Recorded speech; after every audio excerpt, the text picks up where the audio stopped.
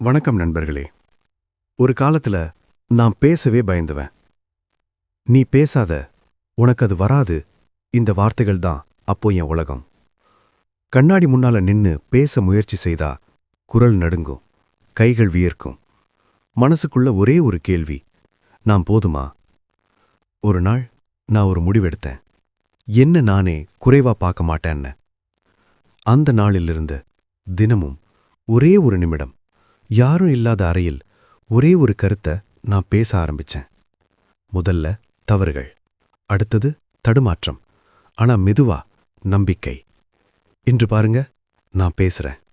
என் குரல் மற்றவர்களுக்கு வழிகாட்டுது. என் அனுபவம் யாரோ ஒருவருக்கு தைரியம் தருது. நண்பர்களே, தன்னம்பிக்கை பிறந்த உடனே கிடைக்கிறதில்ல. பயத்தை மீறி எடுத்த முதல் அடியில தான் அது பிறக்குது. இப்போ நீங்களும் யோசிக்கிறீங்கன்னா, நான் பேச முடியுமா? நான் வளர முடியுமா? என் பதில் ஒண்ணுதான். நீ முயற்சி செய்தால் நீ நிச்சயமா மாறுவாய். இது என் கதை மட்டும் இல்ல, இது உங்கள்